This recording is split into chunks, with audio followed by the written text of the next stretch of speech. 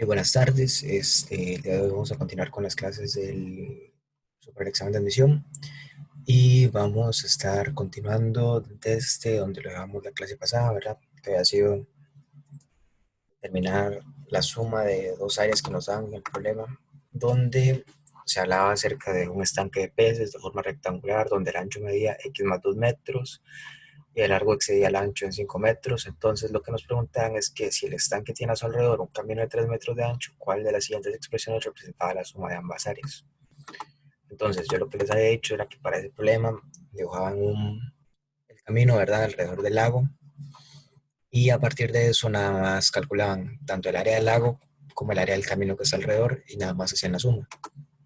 Entonces el área del lago decíamos que era base por altura, largo por ancho, que es x más 2 por x más 7. Vemos aquí tenemos x más 2 y x más 7. Y el camino es igual a todo el rectángulo menos la parte del lago, ¿verdad? Entonces era x más 13 por x más 8, ¿verdad? Porque todo esto mide x más 13 y esto mide x más 8, menos el área del lago, ¿verdad? Que ya la habíamos calculado. Y después nada más sumamos las dos áreas y al final quedaba que el resultado era x más 13 por x más 8. Entonces, ahora vamos a continuar con la siguiente pregunta.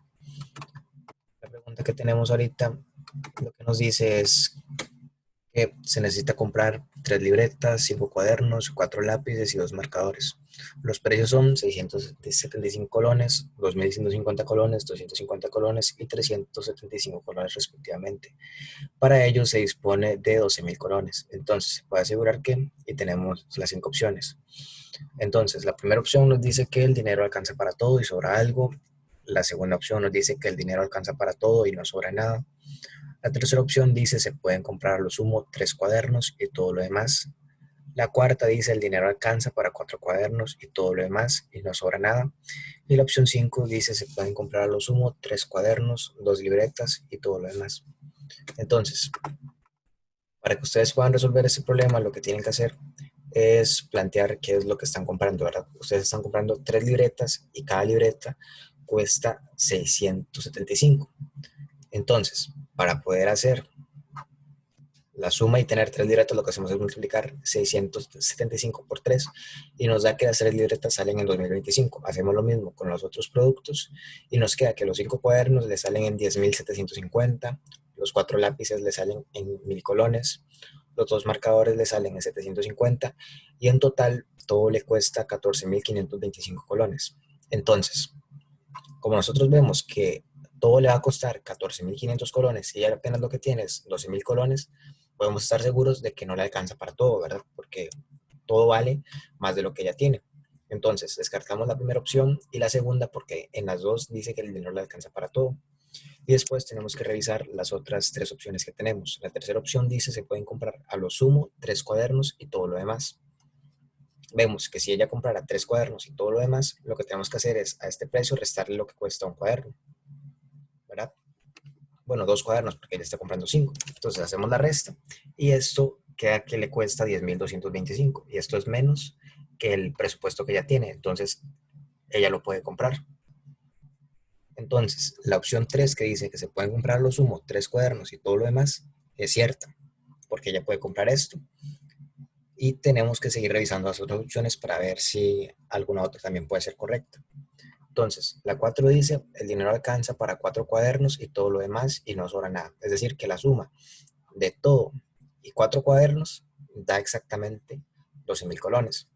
Y vemos que 4 cuadernos y todo lo demás le cuesta 12.375, que es más que 12.000. Entonces, ella no puede comprar esto porque es más que el presupuesto que le dieron para poder hacer todas sus compras. Así que la 4 queda completamente descartada. Y luego tenemos que ver cómo funciona la 5. La 5 dice se pueden comprar a lo sumo 3 cuadernos, 2 libretas y todo lo demás.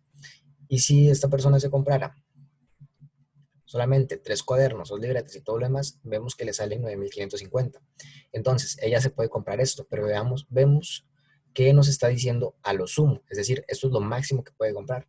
Pero si nos vamos a la tercera pregunta, vemos que ella puede comprar 3 cuadernos y todo lo demás. Mientras que aquí nada más está comprando 2 libretas y ella lo que quiere comprar son 3 libretas. Si ella compra 3 libretas, es decir, las que va buscando, y los 3 cuadernos y todo lo demás, igual alcanza. Entonces no es necesario que compre nada más 2 libretas porque tiene la plata para poder comprarse una extra. Entonces, por eso la 5 se descarta porque nos está diciendo a lo sumo, y a lo sumo lo que puede comprar es lo que nos dice la opción 3. Entonces, la opción 3 es la respuesta correcta de esta pregunta. Ahora vamos con la siguiente, que es esta pregunta donde nos dicen que en la figura adjunta ABCD es un cuadrado de área de un centímetro cuadrado. P y Q son puntos exteriores al cuadrado tales que los triángulos ABP y BCQ son equiláteros. Entonces, el área del triángulo PBQ corresponde a, entonces ustedes lo que tienen que encontrar es el área de este triángulo. Así que les voy a dar a ustedes 4 minutos para que piensen un método para resolver esta pregunta. Escriban, aunque sea bateando, cuál creen que es la respuesta correcta y ahorita yo les muestro una técnica para poder resolverla. Entonces, 4 minutos a partir de ahora.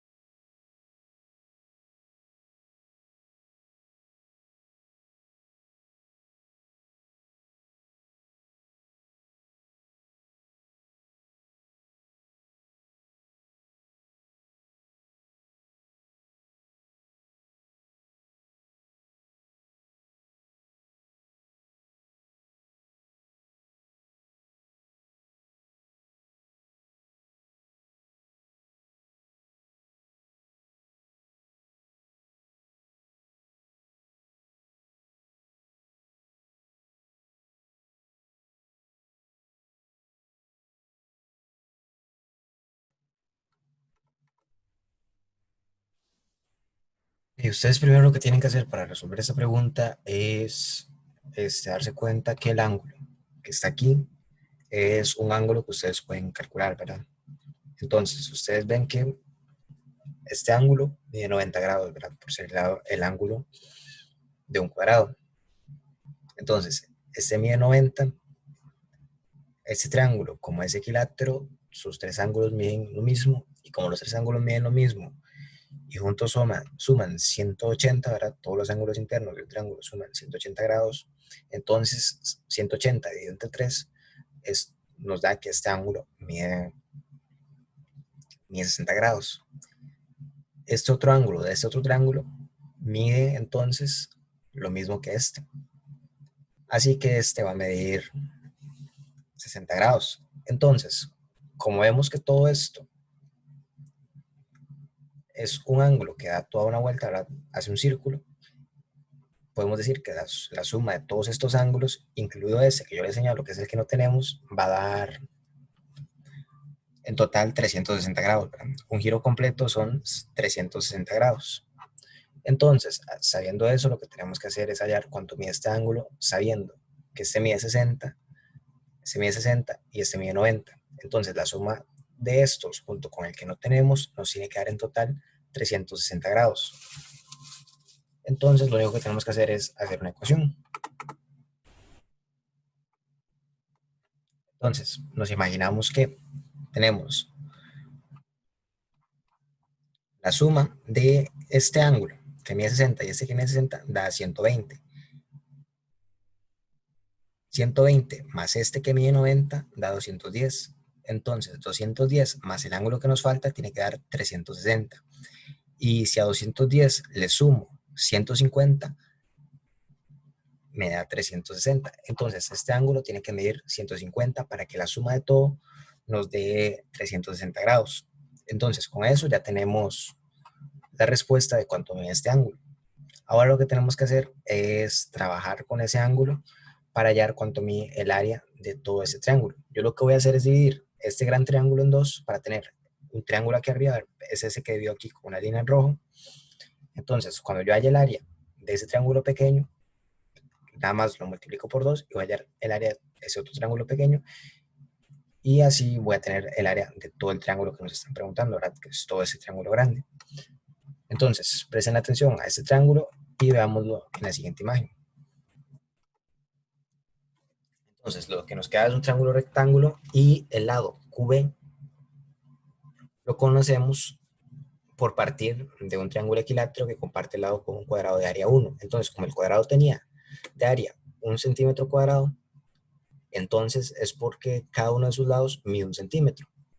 Entonces, como cada uno de sus lados mide 1 centímetro y comparte el lado con un triángulo equilátero, los lados de este triángulo equilátero también miden 1 centímetro. Y como este lado que está aquí es el mismo lado de un triángulo equilátero, entonces este lado va a medir 1 centímetro.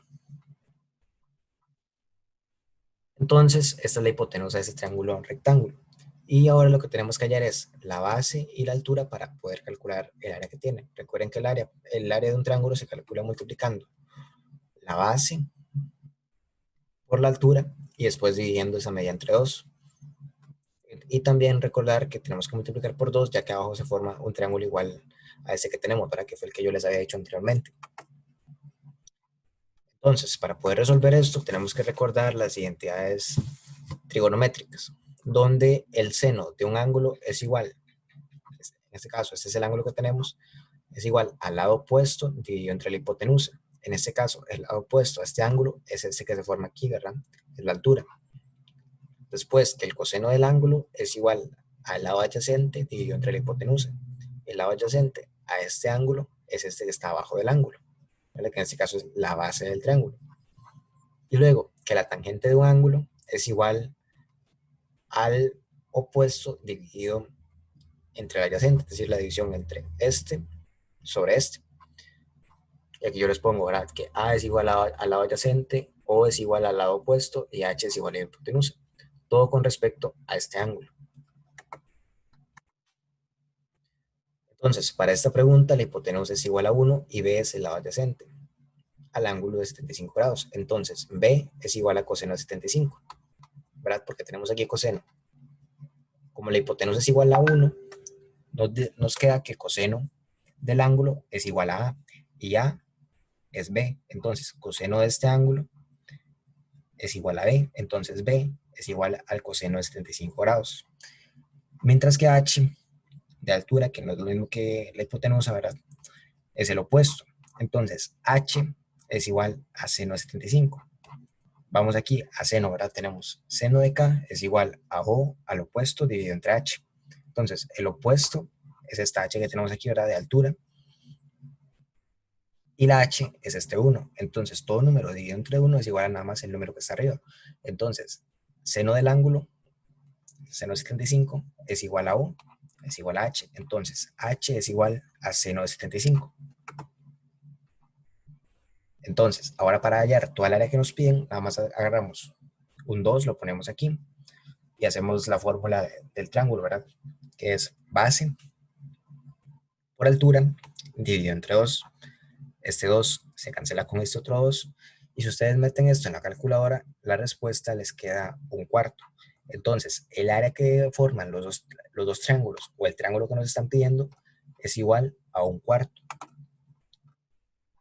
Entonces, la respuesta correcta es la opción 5. Aquí lo único difícil de la pregunta es que ustedes se acuerden de poder sacar las identidades trigonométricas y con eso creo que el problema le sale fácil, le sale como unos 3 minutos más o menos, pero sí es importante que se sepan tanto la fórmula del triángulo y lo que son las identidades trigonométricas. Si ustedes no se las saben, nada más recuérdenlas como SOHCAHTOA, porque si ustedes dicen SOHCAHTOA, entonces seno opuesto sobre hipotenusa es SO. Después, coseno adyacente hipotenusa es K.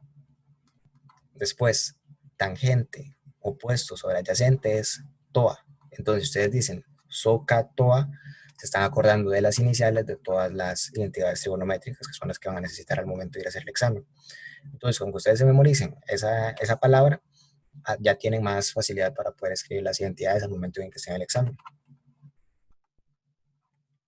Ahora vamos con esta otra pregunta que nos dice que en la siguiente figura, ¿qué parte del círculo grande corresponde al área de la región sombreada? Entonces tenemos que ver qué parte del círculo grande es la que está sombreada a partir de lo que nos está dando esta imagen. Entonces les voy a dar 3 minutos para que piensen y escriban cuál creen que es la respuesta correcta.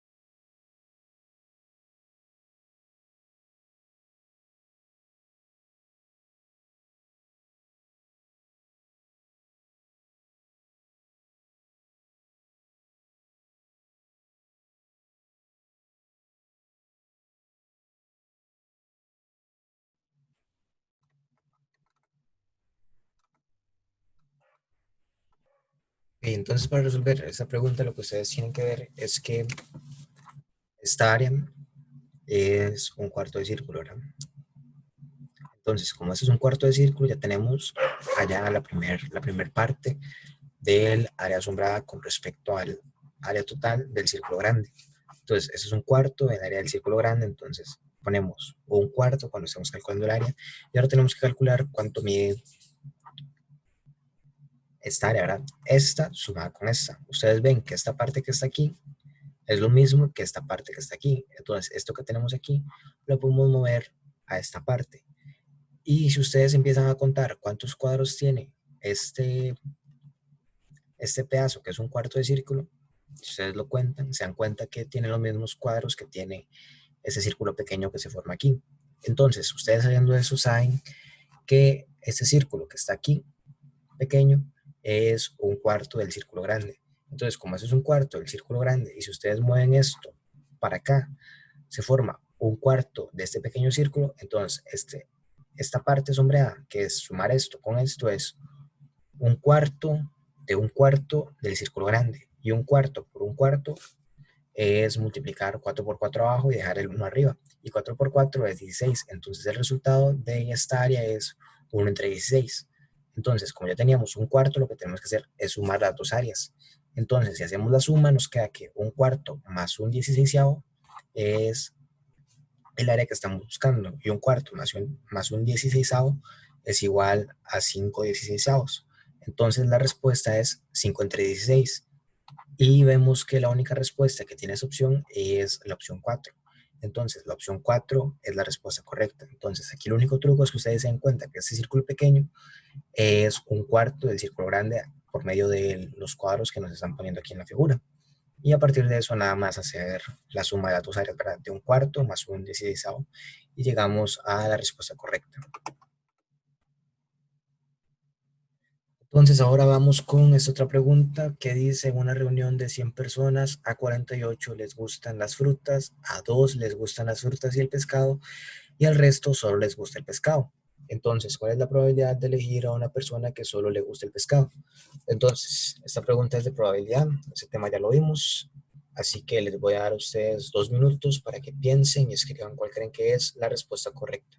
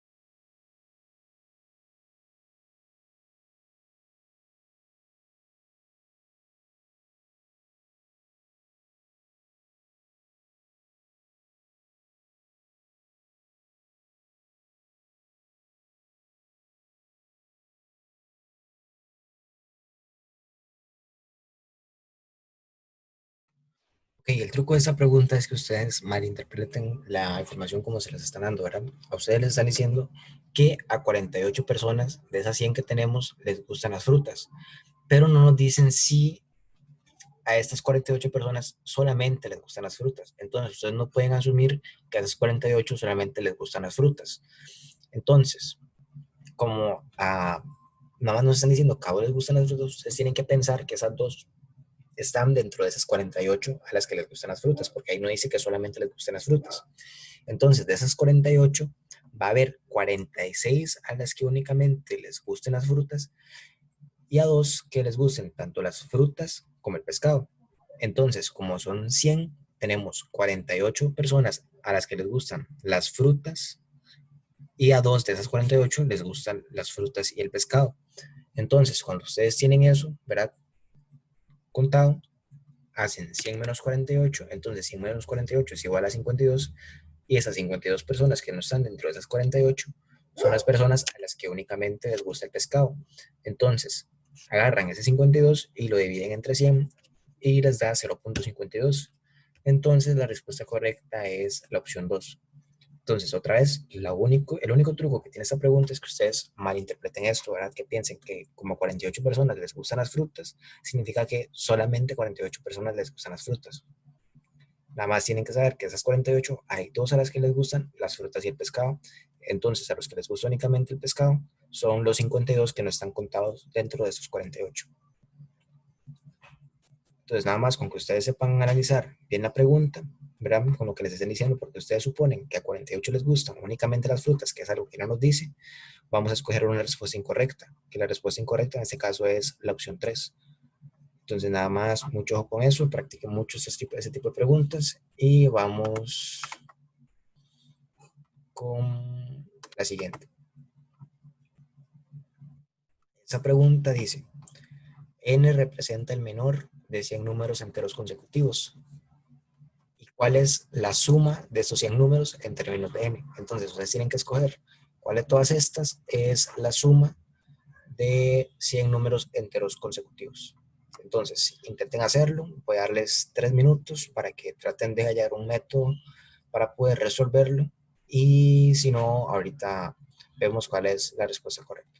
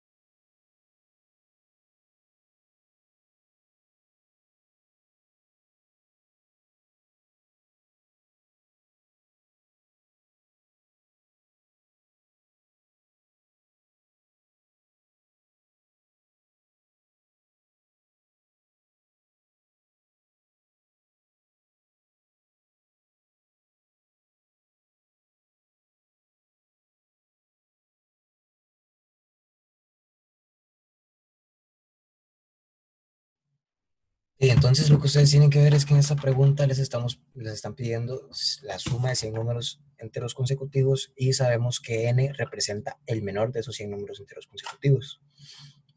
Entonces, lo que hacemos es imaginar la suma de la siguiente forma. Tenemos n, que es el primer número, n más 1 es el segundo número, n más 2 es el tercer número, después el cuarto es n más 3 y así hasta llegar al número 100, que es n más 99. Esa es la suma que nos están pidiendo. Ahora lo único que tenemos que hacer es simplificar todo eso para ver cuál de todas estas opciones es la respuesta correcta. Entonces, si ustedes ven, tenemos 100 n's, ¿verdad? Tenemos primer, segundo, tercer, cuarto, y este va a ser el n número 100. Entonces, si hacemos esa suma, nos va a quedar 100n. Entonces, con eso nosotros sabemos que la respuesta tiene que tener 100n sí o sí. Entonces, como tiene que tener 100n, la respuesta puede ser la A, la C o la D. Tenemos que seguir viendo. Y si vamos sumando el último término con el primero luego de n, por ejemplo, tenemos aquí 99 más 1 nos da 100. Después seguiría aquí 98 más 2 nos da 100. Y así sucesivamente, 97 más 3 nos daría 100 y así estaríamos haciendo por cada dos números que tenemos después del primero, ¿verdad? Entonces, como después del primero tenemos 99 y por cada dos de esos 99 vamos a tener 100, ¿verdad? Entonces lo que tenemos que hacer es agarrar 100n y sumarle 100 multiplicado por 99 entre 2, ¿verdad? Porque de esos 99, cada dos se está formando un 100, ¿verdad? Como ya les dije. Entonces lo que tenemos que hacer es 100n más 100 por 99 dividido entre 2. Y si ustedes hacen esa suma, les queda que el resultado es 100n más 4950. Entonces, la respuesta correcta a esta pregunta es la opción A. Lo único difícil es darse cuenta de lo que ocurre con esto, ¿verdad? Con lo del 99 más 1, después 98 más 2, 97 más 3. Con que ustedes se den cuenta de que eso ocurre, ya nada más es de hacer la multiplicación de 100 por 99 entre 2, ¿verdad? Y sumarle los 100n, que los 100n siento yo que es la parte menos complicada. Pero si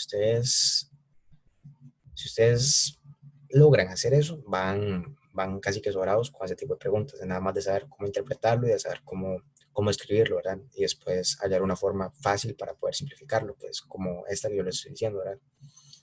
Entonces, también podrían ir haciendo la suma, ¿verdad? De uno más 2 más 3 y al final van a llegar a 4950. Pero esa no es la idea, porque de ahí eso al final les está quitando a ustedes bastante tiempo y si lo hacen de esta forma, lo sacan muchísimo más rápido. Entonces, eso es como el consejo que yo les doy cuando tengan una pregunta de este tipo.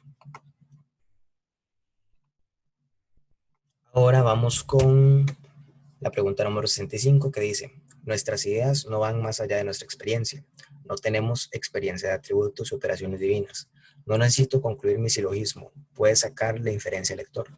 Entonces, a partir de todo esto, lo que nos están diciendo ahora, hasta aquí, tienen que hallar cuál es una conclusión para todas estas premisas que nos están dando, ¿verdad? La premisa es que nuestras ideas no van más allá de nuestra experiencia y que no tenemos experiencia de atributos y operaciones divinas. Entonces, a partir de eso, traten de hallar cuál es la conclusión a ese razonamiento. Entonces, 2 minutos a partir de ahora.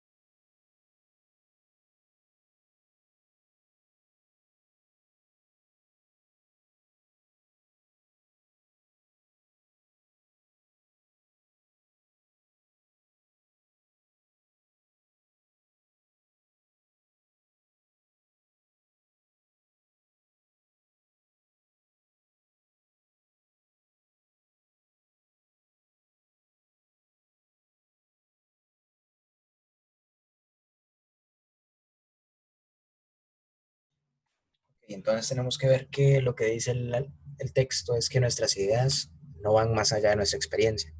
Es decir, nosotros no podemos tener ideas de aquello que no hemos experimentado. Y después nos dice que no tenemos experiencia de atributos y operaciones divinas. Entonces, nosotros no podemos tener ideas acerca de esto porque no es algo que hayamos experimentado. Entonces, concluimos que no podemos tener ideas acerca de atributos y operaciones divinas. Entonces, buscamos cuáles son las opciones y vemos que la A dice, debemos experimentar lo divino. En ninguna parte se dice que tengamos que experimentar lo divino, ¿verdad? No dice que eso sea como algo que es un deber experimentar, entonces descartamos la opción A. La opción B dice, las ideas que tenemos sobre los atributos divinos no provienen de nuestra experiencia, y no nos está diciendo eso, más bien nos está diciendo que no podemos tener idea de aquello que ya no hayamos experimentado. Entonces, si no lo hemos experimentado, no hay otra forma de que podamos tener idea acerca de eso. Entonces, la opción B la descartamos por eso.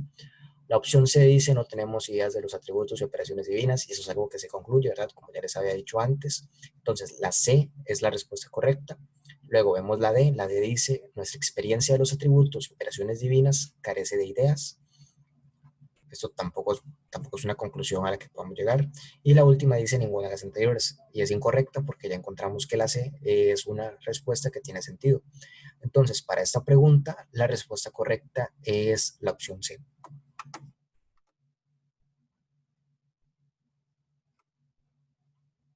Ahora vamos con la pregunta número 66, que dice, en una población hay 5 niñas por cada 3 adultos. Si el número de niñas es 1800, ¿cuántos adultos hay? Entonces, esa pregunta la pueden hacer tanto por conversión como usando una regla de 3. Entonces, les voy a dar unos 3 minutos para que piensen cómo lo harían si estuvieran en el examen y escriban cuál piensan que es la respuesta correcta.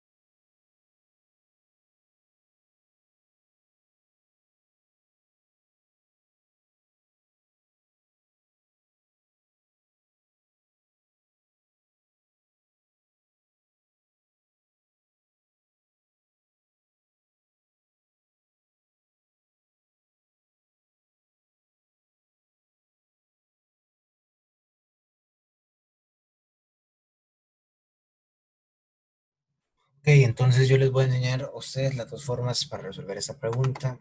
La primera es haciendo un factor de conversión, ¿verdad? Y ustedes tienen que 5 niñas equivalen a 3 adultos. Entonces, como nos están dando el número de niñas que hay, tenemos que poner niñas abajo. Acuérdense que lo que hacíamos era cancelar las unidades. Entonces, como aquí teníamos niñas y aquí teníamos niñas abajo también, se cancela niñas con niñas y el resultado nos va a quedar en adultos. Entonces, tenemos 3 quintos, este 1800 se cancela con este 5 y si hacemos la multiplicación nos va a dar que en total hay 1080 adultos.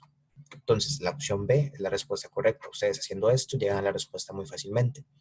O también lo pueden ver como una regla de 3, ¿verdad? Tenemos que 3 quintos, ¿verdad? 3 adultos entre 5 niños tiene que ser igual a la misma razón que hay entre X adultos y 1800 niñas. Entonces, si ustedes hacen el despeje, les queda que X es igual a 1080. Entonces, 3 quintos es igual a 1080 dividido entre 1800. Entonces, la respuesta también es la opción B. De las dos formas llegamos a lo mismo.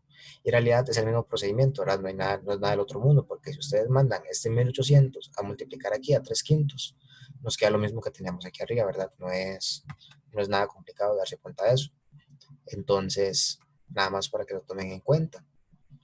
Y con eso ustedes llegan a la respuesta correcta muy fácilmente. Ahora vamos con la siguiente pregunta, que lo que nos dice es que ningún delincuente es buen ciudadano y todos los jueces son buenos ciudadanos. Entonces, por lo tanto, y tenemos las 5 conclusiones que podemos sacar a partir de esto. Entonces, ustedes tienen que hallar una consecuencia a partir de las dos premisas que nos están dando el razonamiento. Así que les voy a dar unos 2 minutos a partir de ahora para que piensen y escriban cuál creen que es la opción correcta.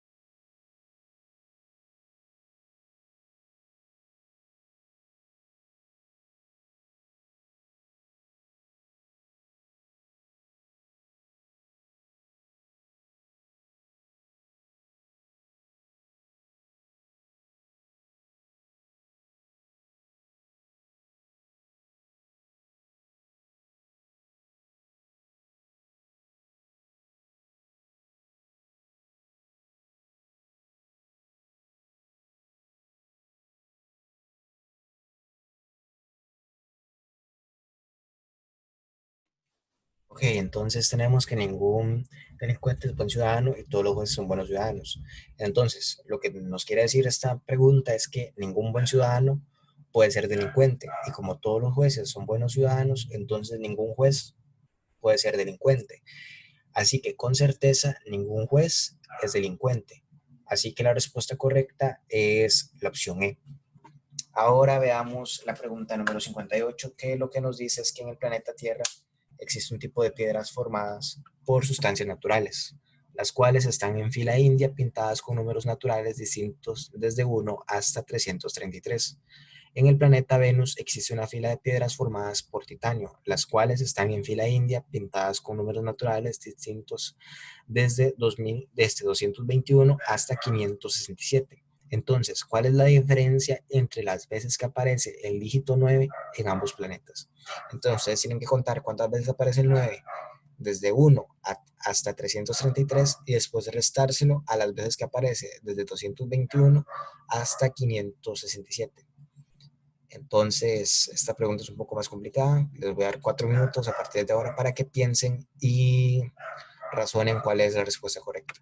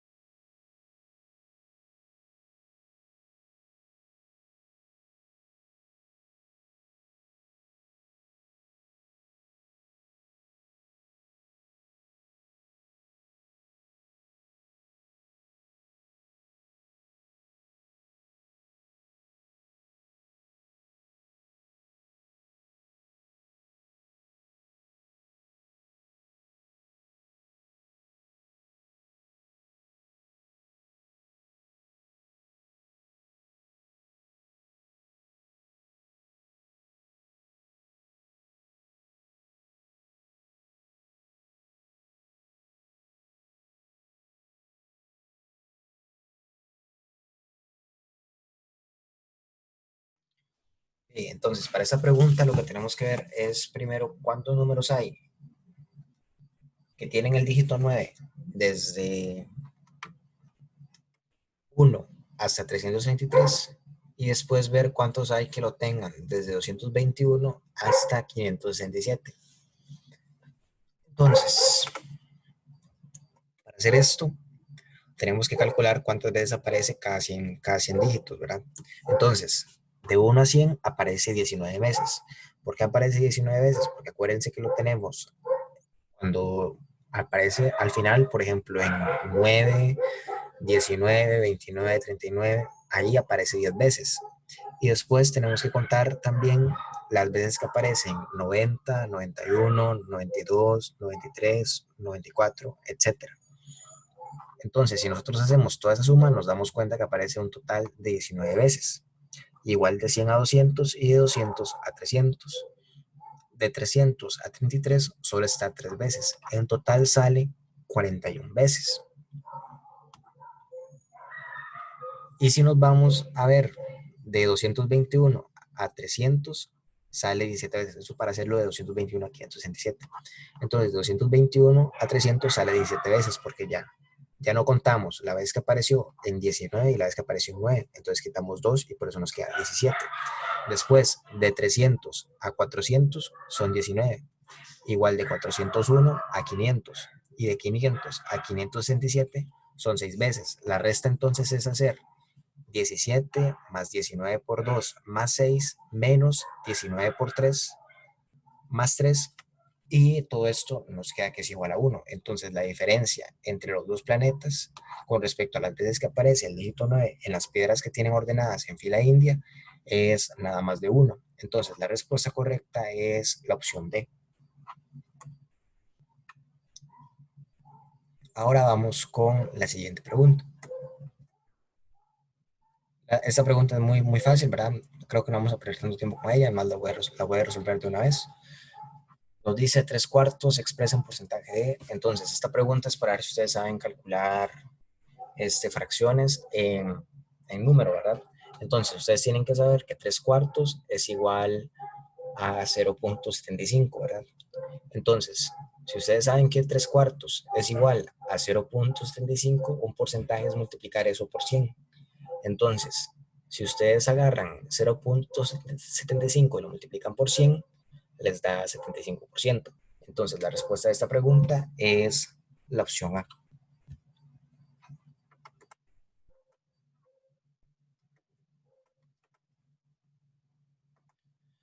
Esta pregunta nos dice, según el contexto, ¿entre qué par de palabras debe estar la coma para resaltar una orden?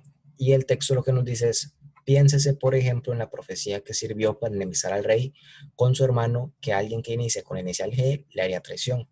Entonces, tenemos que ver dónde ustedes tendrían que poner la coma para que esto suene como una orden.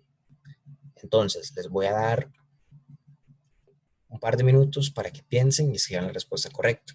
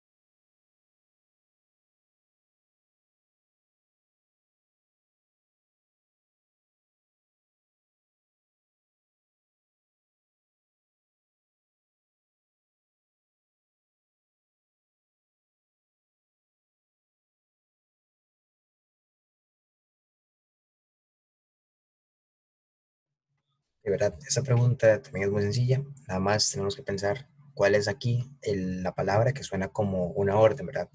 Y en este caso, la única palabra que suena como orden es piénsese, ¿verdad? Entonces, ustedes dicen piénsese, por ejemplo, en la profecía tal, entonces de ahí estamos resaltando la orden de la oración, que es lo que nos está pidiendo la pregunta. Entonces, en efecto, la respuesta correcta es la opción 4, ¿verdad?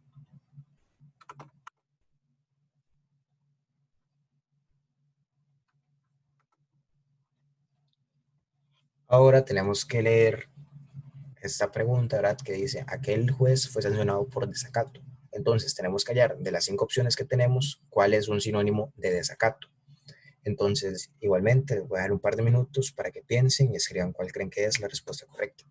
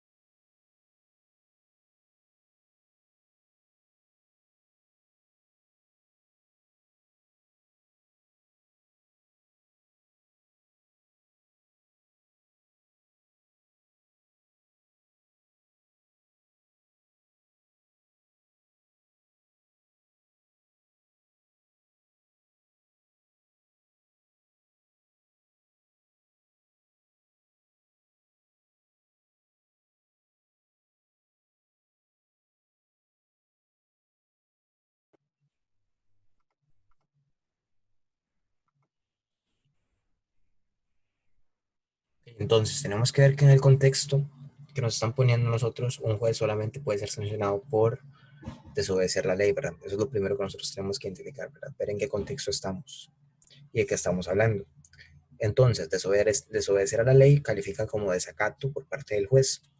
Entonces, desobedecer a la ley es no seguir lo que está dictaminado. Entonces, esto significa que es una insubordinación porque no está cumpliendo con lo que le están ordenando.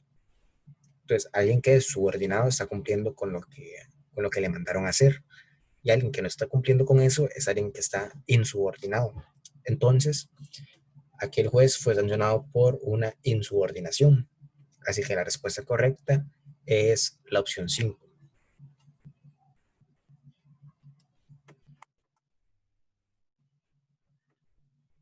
Ahora tienen que leer el texto que tenemos aquí arriba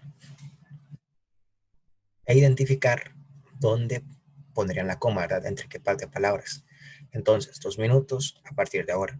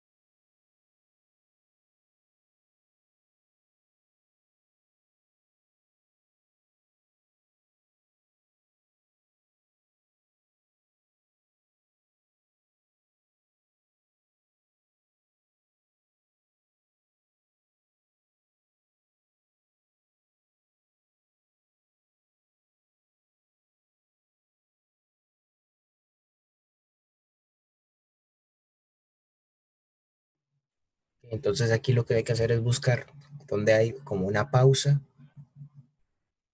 en el texto o dónde la harían ustedes y así ver cuál es la opción donde podrían poner una coma, ¿verdad? Entonces, si ustedes leen este texto corrido y buscan algún lugar donde poner una pausa, ven que la forma de leer ese texto sería: el jefe de recursos humanos de una empresa comunicó a la directora que necesitarán una secretaria que supiera informática. Ahí va una coma, porque las oficinas empezaban a hacer un caos con tantos papeles desordenados y tantas cartas sin contestar. Entonces, esa coma lo que indica es una explicación, ¿verdad? Porque aquí hacemos coma y después hacemos una aclaración de por qué se necesita una secretaria que sepa informática. Entonces, haciendo esa lectura, ¿verdad? De esa forma, podemos concluir que la respuesta correcta es la opción 4.